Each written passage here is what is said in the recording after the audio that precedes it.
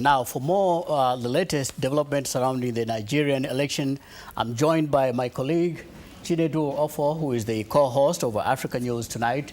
Chinedu, you were in Nigeria covering the elections, and you are back now here in the studios. Can you give us a status report of the election results? Who won, what, and where? Well, thank you, Mwamoyo. It was an election that was kind of a surprise. Everybody expected the usual Nigerian problems when it comes to an election, but INEC pulled it off. There were some problems, but like everyone else noted, it wasn't enough to make any difference in the election.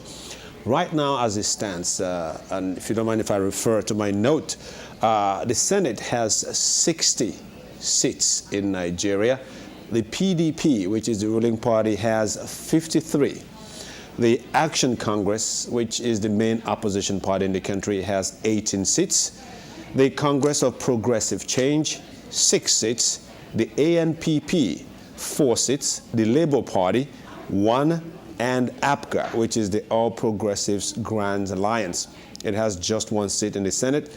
At the National Assembly, the People's Democratic Party still dominates. It has 152 seats out of the 175 seats. The Action Congress came second with 53 seats.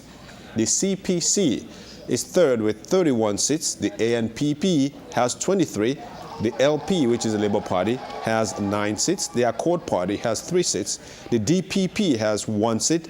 And the PPN, 1 seat. So what this overall is that the PDP is still the party with the majority of seats in the Senate and also the House of Representatives. Okay, so it's holding the majority in both houses, the Senate and the House of Representatives.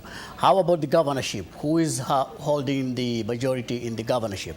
The PDP still maintains its stranglehold when it comes to the governorship, and as we all know in Nigeria, the governors are pretty powerful, pretty influential. But one significant departure from what we've known in the past is that the PDP has been banished from the southwestern part of Nigeria, a very important part of the country where essentially is the Yoruba states. The PDP was controlling some states, but after this election, the PDP essentially lost out in that part of the country. Even the southeast, where the PDP also held sway prior to this election, it lost Imo State, which the incumbent is the PDP governor, and that's one of the highlights, one of the stories of this election. Would that complicate President Jonathan's role in Nigeria? As you say, these governors, they practically run the country. That's correct, but now it means he has to reach out. He has to take into consideration the feeling and, of course, how the other parties feels about what his policies are. For instance, the main opposition Action Congress of Nigeria says it wants nothing to do with the PDP government. Prior to now, even the United States has supported President Jonathan to try and form what they call a government of national unity, and that would mean giving some ministerial appointments and some top government jobs to the opposition.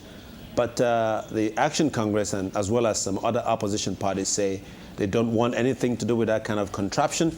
So that means that it's going to be a little difficult for the president to push his policies without taking into consideration how the other political associations, especially in the opposition. So it will have to be a lot of meeting across the aisle, if you will. He has to work hard to convince them to support his policies. And if you remember, if he does not, if the opposition does not have the say, they could pretty well make a lot of noise.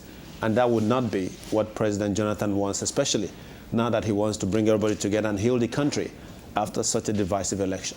Mm-hmm. And what are your sources saying right now with the latest move by the CPC, the Congress for Progressive Change Party of Muhammadu Buhari, going to court and trying to get reruns in some states? What are your sources saying about that? Well, my sources say the PDP is also planning a counter suit against the CPC. The PDP is alleging that in some of those states where the CPC won, there was a lot of underage voters who voted for the CPC. Cameras captured this. some of the observers also noted this. So it's going to be suits and countersuit. But also, the CPC is not, what of the officials are saying, they do not hope to overturn the election. What they hope to do is to push President Jonathan into a corner for him to acknowledge that the election is not as good or as effective as everybody thought it was, and thereby just taking a little bit of shine from this victory and also from the president, and hoping that he'll reach out and possibly make a deal.